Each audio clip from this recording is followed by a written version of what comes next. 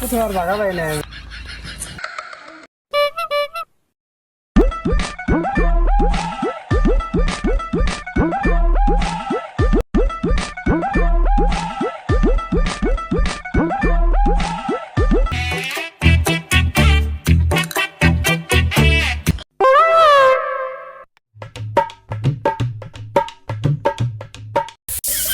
বাপু কি খবর?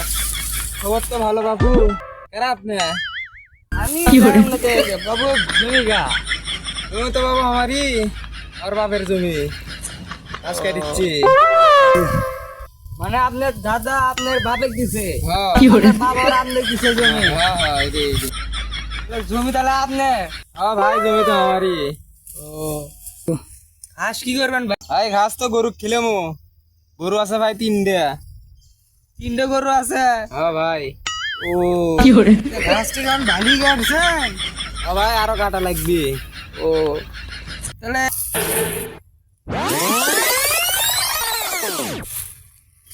এবারে যাস না, এদিকে আসুন তো। কি করবো?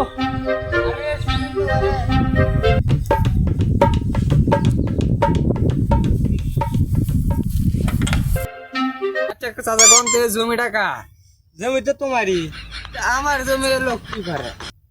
কি বানবারে তুমি জমি কি করো? তুমি মনে হয় কামলা নিছো, সেজন্য তো ঘাস খেতে। আমি তো কামলা লেই নাই গিয়ে, আমি নিজে ঘাস কেটে মানে এসে দেখি যে জমিতে এসে দেখি যে লোক ঘাস কাটিচ্ছে। এই মিয়া ফাজলামি শুরু করছেন, জমি আমার বাপ দাদার, আমি ঘাস কাটবো না কেরা কাটছি? ধরেন তো লোককে, ধরেন তো যে চেয়ারম্যানে কাজ করলাম, ধরেন তো আমার সরেন সরেন আমার এখন ভাই ভুল হচ্ছে ভাই, আমার মাথা আমি জিজ্ঞাসা করবো না ভাই। চেয়ারম্যান সাহেব আপনার বাগানের গাছগুলো তো বড় বড় হয়ে গেল, এগুলো কাটা লাগবে না, কাটে পাতলা করে দিবেন। কোন গাছগুলো মোটা হবে আর হয়ে গেছে বড়।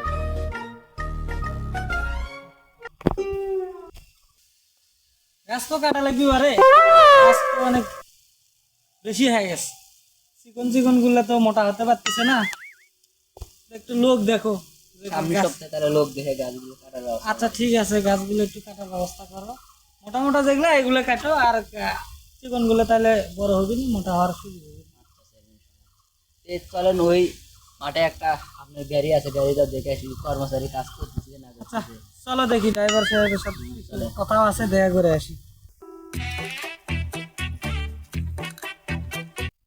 ড্রাইভার করে গেছে গাড়ি। ড্রাইভারটা সব সময় ফাঁকি দেওয়ার চেষ্টা করে।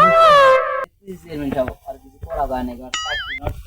দেখো তো ওই চেহারাটার বেশি পাখনা করাইছে, কাজ রাইখে দেখো তো এই গাড়ির কি অবস্থা করছে, গাড়িটা একটু মুছে না ভালো না। আমার এবার জটিল বৃষ্টি দ্বারা দেখো তো গাড়িটার অবস্থা, দেখো তো এই গাড়িগুলো ভাঙে ভুঙে গেছে, এগুলো একটু সার্ভিসিং এর ব্যবস্থা করো। আর দেখো তো ওই চেহারাটা কই গেছে, একটু খোঁজ নাও তো, আমি এখানে আছি, খোঁজ নাও। চেয়ারম্যান সাহেব দুপুরে তো হয়তো হোটেলে খাইতে গেছে। ও আচ্ছা ঠিক আছে, তাহলে আমরা এখানে বসি, দেখি আসো।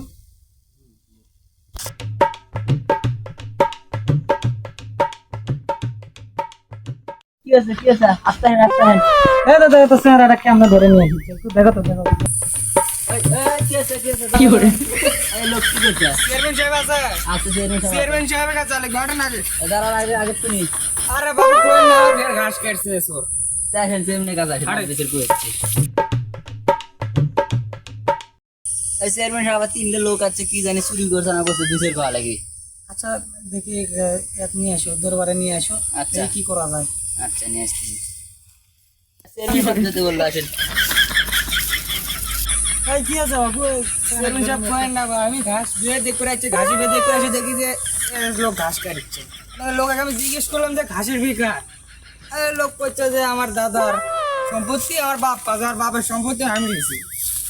আমি ভাবলাম জমি আমারই, কয়ার বাপের সম্পত্তি দাদার সম্পত্তি, কিভাবে? ওখানে যে তোমরা এই চেংড়া ধরে নিয়ে যাচ্ছ, সাক্ষী আছে? আরে চাচা সাক্ষী আছে। আচ্ছা আচ্ছা, আপনি আমাদের গ্রামের একটা ভালো একটা মুরব্বী, আপনি মিথ্যা কথা বললেন না, এটা আমি জানি। এখন এই চেংড়া কি আসলেই ঘাট চুরি করছে? হ্যাঁ, এই চেংড়া আসলে ঘাট। শাস্তি কি হবে দেওয়া উচিত? তোমার তো আমি অনেক ভালো মনে করতাম। চেয়ারম্যান সাহেব আমার মাফ করে দেয় না, আগের কাজ আরে শোনো বাবা, বাবা শোনো, তুমি আমার কাছে মাপ চাও না, যার জমি তার কাছে মাপ চাও। রিয়াদ ভাই, তুমি আমার এলাকার ছোট ভাই, এখন ভুল করে ফেলাছে, ভুল করছে, এখন তুমি চেহারাটাকে মাফ করে দাও, তার হাত ধরে মাপ চাও। আমার মাফ করে দেন ভাই, ভাই আমার মাফ করে দিন। হাত ধরে মাপ চাইলেই হবে।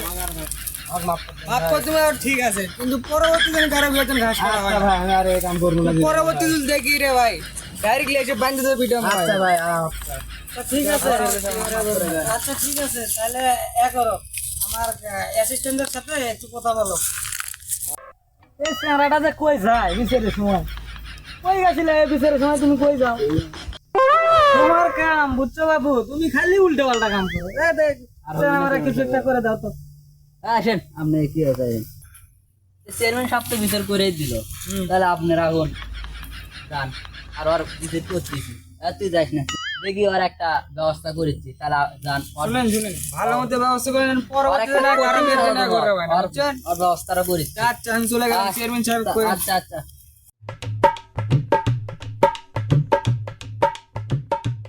বিচার তো হয়ে গেল, আগুন যদি তুমি সাদার থেকে ব্যস্ত আছো, তো চেয়ারম্যানে আনা চা নাস্তা করার। ভাই চা নাস্তা করার জন্য আমার কাছে অত টাকা নাই ভাই, আমার কাছে যে সামান্য টাকাটা আছে ভাই, এটাই থান ভাই, গরিব মানুষ।